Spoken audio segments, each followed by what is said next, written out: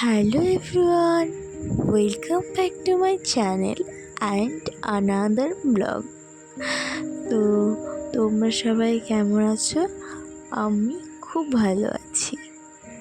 তো আজকের দিনটা ছিল আমার একমাত্র ভাগ্নের বার্থডে। আমি রোজ তোমাদের সাথে একটু একটু করে গল্প করব আর আমার ব্লগ করব। তো এখানে আমরা সবাই মিলে বেলুন ফুলাচ্ছি। আমাদের ফুল ফ্যামিলি, আমাদের বাম্পারটা ভেঙে গেছে, কি আর করব বলো। এক প্রকার বাধ্য হয়ে আমরা ফুল ফ্যামিলি মিলে খাটে বসে খুব মজা করে বেলুন ফুলাচ্ছি। আর এই যে ভিডিও করছেও, প্রচণ্ড হাসি ঠাট্টা হয়েছে আমাদের। তো আমিও ভিডিও করছিলাম, তো আমি বলছিলাম এখানে আমি বেলুন ফুলাচ্ছি। ডেকোরেশন প্রায় কমপ্লিট, আর এখানে আমি ঝাড়ু দিচ্ছি, আর ব্যাকগ্রাউন্ডে তো গান বাজছে। তো ঝাড়ু দিতে দিতে আমি আর আমার ননদ দুজনে মিলে প্রচুর মজা করেছি। ঝাড়ু নিয়ে একদম ডান্স করেছি। আর এখানে আমরা সবাই রেডি হয়ে বসে আছি। আর এই যে আমার বড়মশাই কাজ থেকে এক্ষুনি বাড়ি ফিরেছে। আর এখানে কেক কাটিংয়ের জন্য সমস্ত কিছু রেডি করা হচ্ছে।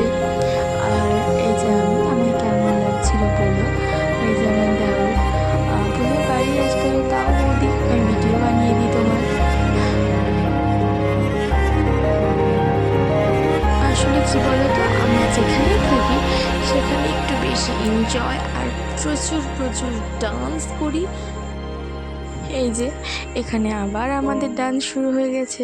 আসলে যখনই আমরা একসাথে হচ্ছি আমাদের ডান্স শেষই হচ্ছে না। তোমরা হয়তো বলতে পারো যে birthday boy but Barbie cake কেন?